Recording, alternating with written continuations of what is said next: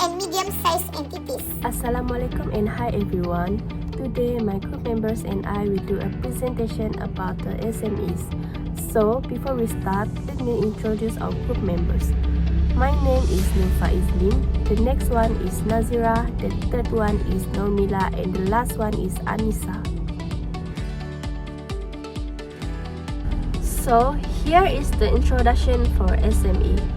For the manufacturing sector, SMEs are defined as firms with sales turnover not exceeding Rm 50 million or number of full-time employees not exceeding 200. For the service and other sectors, SMEs are defined as firms with sales turnover not exceeding Rm 20 million or number of full-time employees not exceeding 75. There are three types of SME, which are micro, small, and medium.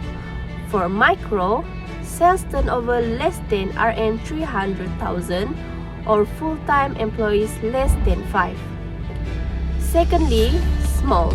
For manufacturing, sales turnover from Rm 300,000 to less than Rm 15 million or full-time employees from 5 to less than 75. For service and other sectors, sales turnover from Rm 300,000 to less than 3 million or full-time employees from 5 to less than 30. And lastly, medium.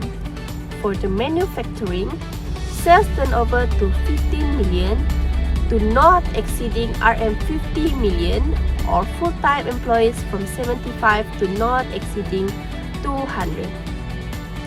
While for the service and other sectors, sales turnover from 3 million to not exceeding Rm 20 million or full-time employees from 30 to not exceeding 75.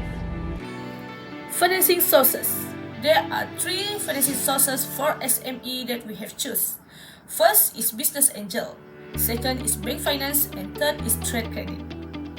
For the first one is business angels.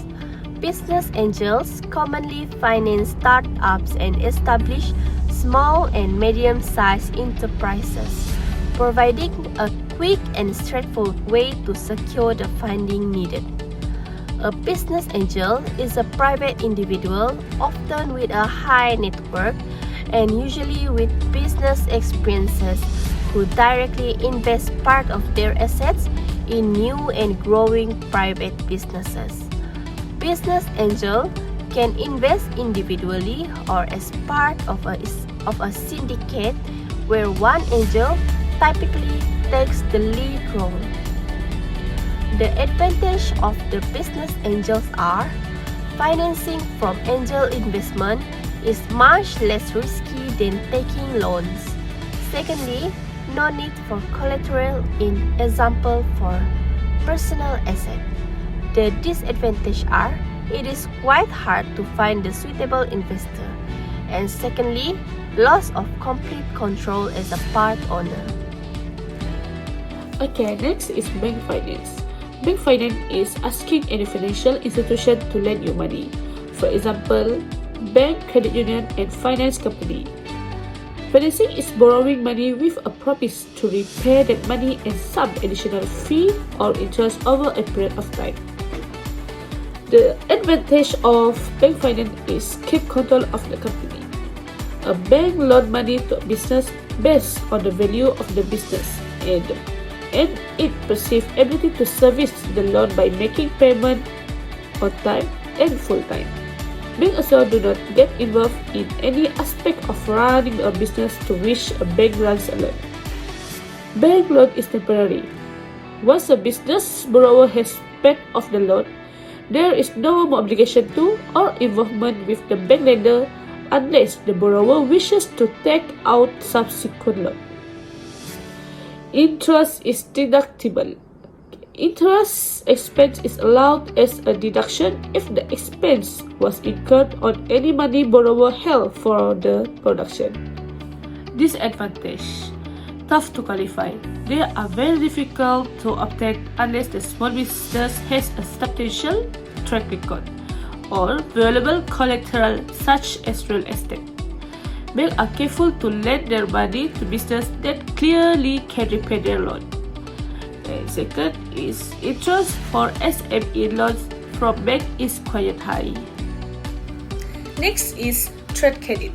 Trade credit is business-to-business agreement which a customer can purchase without paying upfront. They will paying at later scheduled date. Trade credit is short-term credit where buyer can pay within 30 days, 60 days or in 90 days. Okay, next is advantage. First, no front payment. Next, facilitates start-up businesses. Trade credit particularly beneficial for new business that face challenges in securing funding. It allows them to quickly acquire stock and material necessary for their operation. And third is offer affordable financing. Trade credit can be seen as an interest-free loan, allowing business to retain cash within their operation. It provides access to working capital at no cost and involves less administration compared to arranging short-term loan. Move to disadvantage. Late or missed repayment can result in penalty and accrued interest. Missed deadline also can quickly damage the buyer credit rating. And last, loss of suppliers. Suppliers may choose to discontinue working with a buyer who failed to make payment. This can result in a loss of business relationship. Good day everyone, my name is Siti Normila. Next is the challenges faced by SMEs in Malaysia. There are three challenges that we have listed. The first one is lack or insufficient intellectual capital. Second one is maintain the higher productivity level by SMEs. And the last one is lack of access to financing. First and foremost, lack or insufficient in intellectual capital. In a knowledge-based economy, intellectual capital is a key resource for every organization to thrive in a competitive environment. It is argued by many researchers that intellectual capital is a critical factor for the organization's success and for its competitive advantage. The intellectual capital assists in creating wealth and in the production of other high-value assets.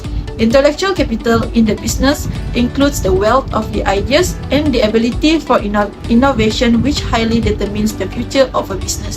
Results of the qualitative analysis indicate that intellectual capital impacts the business organization in various ways, such as enhancing the competitive advantage, facilitating innovation, enhancing the competency of the employees, and increasing the organizational performance.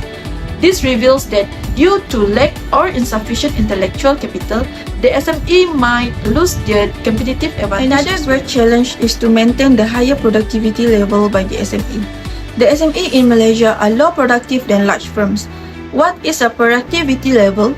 Productivity is commonly defined as a ratio between the output volume and the volume of inputs. In other words, it measures how efficiently production inputs such as labor and capital are being used in an economy to produce a given level of output. A labor productivity index can be calculated by dividing an index of output by an index of hours worked.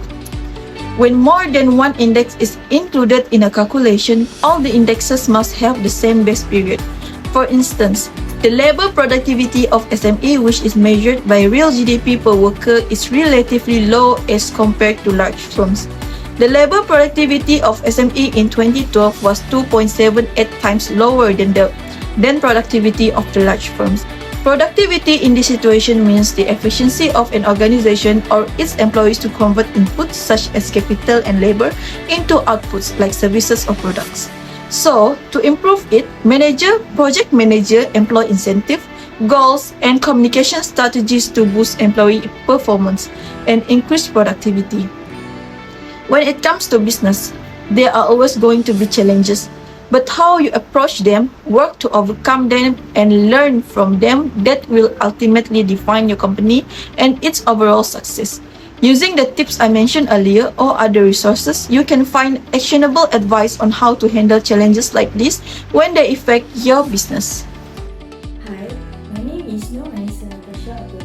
I will continue presenting on challenges that faced by SMEs in Malaysia. So, the challenges that faced by SMEs in Malaysia is lack of access to financing. Many SMEs struggle to secure finance from banks and other financial institutions due to a lack of collateral or credit history. SMEs SMEs usually face difficulties in obtaining financing from traditional financial institutions due to the lack of sufficient collateral to secure loans. Additionally, many SMEs may not have a credit history or financial track record, which makes it challenging for them to qualify for loans.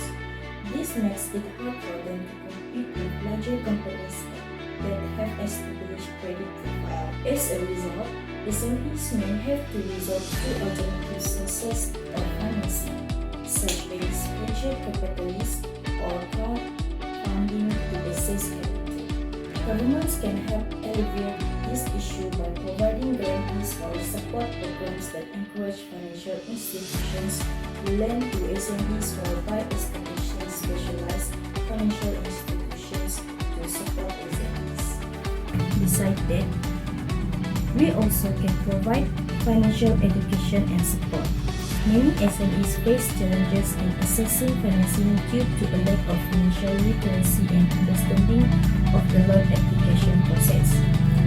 Governments can offer training programs and workshops on financial management, loan application preparation, and credit worthiness assessment to help SMEs improve their chances of accessing financing. So, now, the conclusion of SMEs financing sources in Malaysia suggests that there are various options available for a small and medium-sized enterprise to obtain funding. These include traditional avenues such as bank loans, as well as alternative sources like government initiative, equity financing, and peer-to-peer lending platforms. However, the challenges faced by SMEs in accessing financing cannot be overlooked. The limited availability of collateral, inadequate credit history, high interest rates, regulatory barriers, and market volatility are significant obstacles for SMEs in Malaysia. These challenges can hinder their ability to secure the necessary funding for business growth and development.